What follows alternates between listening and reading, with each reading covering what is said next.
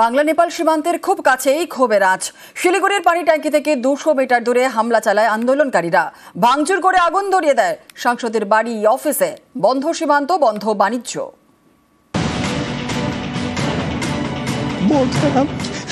बहुत खराब है उधर, गोली आगे होगी, सब जला देना।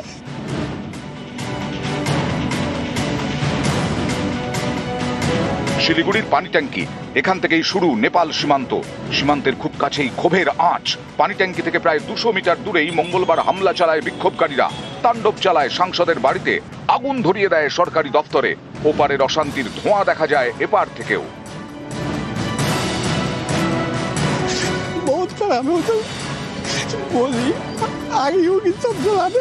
নেপাল থেকে ফেরা পর্যটকদের চোখে মুখে শুধুই আতঙ্ক।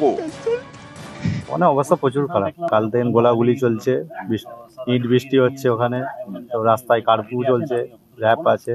প্রচুর আতঙ্ক ছিল, ভয় ছিল মনে, কি করে আসবো বাড়ি, কি করবো। कल रात तक तो नॉर्मल था, बट आज सुबह से जो है प्रोटेस्ट होना शुरू हो गया था। मुझे लग रहा था कि जो बैंड किया है सोशल मीडिया इसलिए, बट नहीं। नेपाल ऐसी कंट्री जहाँ की सुविधा नहीं है और आप उनसे और सुविधा छीन रहे हो, तो फिर क्या करेंगे।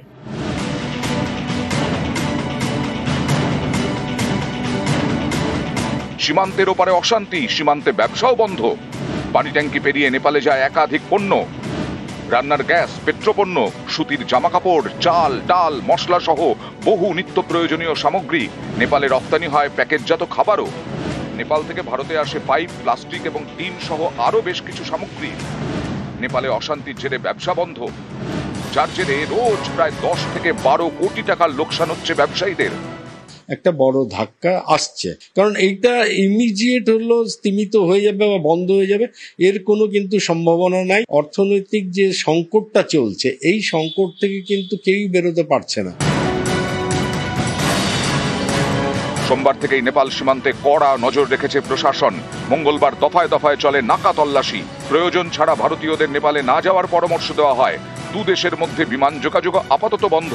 বাংলার দুদিকে দুই প্রতিবেশী, নেপাল এবং বাংলাদেশ। দুই প্রতিবেশীরই ঘরে আগুন। নিউজ 18 বাংলা।